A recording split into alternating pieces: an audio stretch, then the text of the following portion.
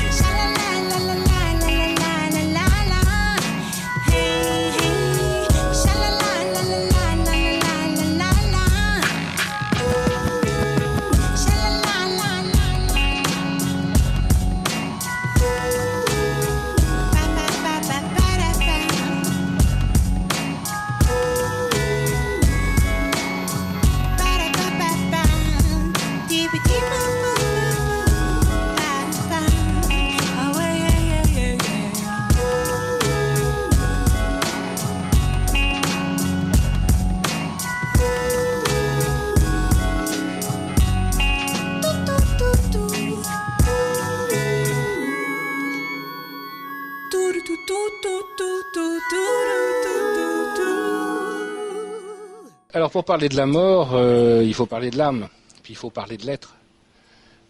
Souvent quand on parle de l'être, on a une vague idée de ce que ça peut être. Pour moi, c'est le point immobile, c'est-à-dire que c'est la seule lumière qui est au centre. Ce qui veut dire que pour chacun d'entre nous, eh bien, il n'y a qu'un seul être. On n'en a pas chacun un. Imaginez ce que je vous disais tout à l'heure, c'est-à-dire que vous avez une flamme de bougie, puis tout autour vous avez des plaques de verre. Eh bien l'être, c'est la lumière qui transparaît. On a l'impression d'en avoir chacun un, et pourtant, le seul être est le centre de l'univers. C'est pour ça qu'il peut être à la fois un, et pourtant sa manifestation est multiple. Alors l'âme, qu'est-ce que c'est? Bon, on peut dire que c'est la distance entre le corps et le centre.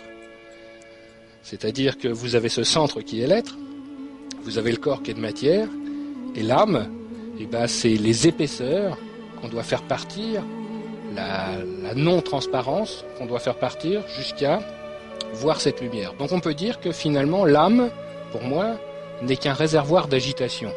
C'est qu'un sac à soufre. En alchimie, on appelle ça le soufre, parce que évidemment, quand on l'a à l'intérieur de soi, on souffre. C'est la souffrance, le souffrance. Mais ce qui veut dire par là, c'est que ça n'a rien à voir avec le corps. C'est-à-dire que mon âme se comporte un peu comme un ballon dirigeable, avec une nacelle, et mes émotions sont les sacs de sable qu'il y a à l'intérieur. Et le corps, c'est le véhicule dans lequel je vais pouvoir éliminer les sacs de sable. Ce qui veut dire par là que le corps, je vais en changer à chaque fois, mais mon âme, je vais la garder tant qu'elle n'est pas vide. Donc finalement, la mort du corps n'a aucune importance, dans le sens où ce qui est important, c'est l'âme.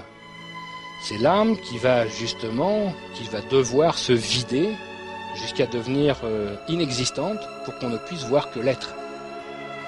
Donc ça c'est, pour moi, donc le corps, la mort du corps n'a aucune importance, si ce n'est que si j'ai pas réussi à vider mon âme en une fois, je reviendrai autant de fois que nécessaire pour vider mon âme, ça n'a pas d'importance.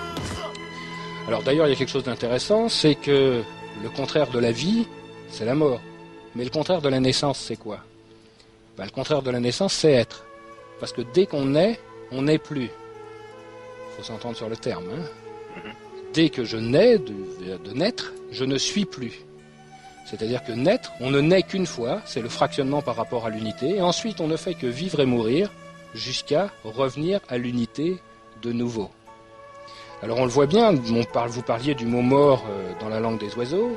Bon, le mot mort, c'est l'âme hors, donc c'est l'âme hors du corps, donc on n'a aucune raison d'en avoir peur. Et si je regarde lettre par lettre, la manière dont c'est fait, la lettre M qui est la création, vous voyez la lettre, c'est une femme qui accouche, et derrière on a O pour l'eau, R pour l'air et T pour la terre. Donc il manque un élément, l'élément c'est le feu bien sûr. D'ailleurs quand quelqu'un est mort, on dit qu'il est feu, et ce feu continue ce chemin. Donc on n'a aucune raison, bien sûr, d'avoir peur de la mort en tout cas du corps. Alors quant au suicide, tout dépend de l'intention. Si, je vous rappelle que le but c'est de vider son âme. Mon âme, je vais avoir des vies pour faire ça, mais rien ne m'empêche d'en prendre des émotions, de me remplir d'émotions. Ça marche aussi, ça marche dans les deux sens. D'ailleurs, d'un point de vue traditionnel, on dit que quand on meurt, le corps reste ici, et l'âme va à un endroit qu'on va appeler le jugement, parce qu'on est ici, nous, d'une civilisation judéo-chrétienne, et à cet endroit-là, eh bien, on va ressentir tout ce qu'on a fait dans notre vie comme si ça nous arrivait à nous. C'est-à-dire qu'on sentira la douleur de la fourmi qu'on a écrasée et la joie de la mouche qu'on a laissée sortir. Et à cet endroit-là, eh bien, on va ressentir tout ce qu'on a fait dans notre vie comme si ça nous arrivait à nous. Bienvenue dans ma vie. C'est-à-dire qu'on sentira la douleur de la fourmi qu'on a écrasée et la joie de la mouche qu'on a laissée sortir. C'est pas moral, Dieu vous maudisse. Ce qui veut dire que si je fais faire de l'émotion à quelqu'un qui souffre, une partie est pour moi, et si je fais perdre de l'émotion à quelqu'un, une partie de la mienne s'en va. Et ça, c'est le jugement. Et une fois que ça s'est fait, est-ce que je suis suffisamment léger pour passer au monde d'au-dessus? Si oui, c'est fini, je reviens plus. Sinon, je reviens dans ce monde-là. Mais ce qui veut dire par là, que si je me suicide en disant « j'en veux à personne, j'aime tout le monde, j'ai fini de faire ce que j'avais à faire, et je ne ferai souffrir personne autour de moi », je fais zéro souffre. Par contre, si je me suicide en disant « vous me regrettez quand je serai parti », vraiment, regardez la souffrance qui est la mienne, alors là, je vais me remplir de souffre. Et pour perdre le souffre que j'ai acquis par cet acte, ça peut me coûter 2 vies, 3 vies, 10 vies. Donc ça ne dépend pas de l'acte, mais ça va dépendre de l'intention avec laquelle je le fais.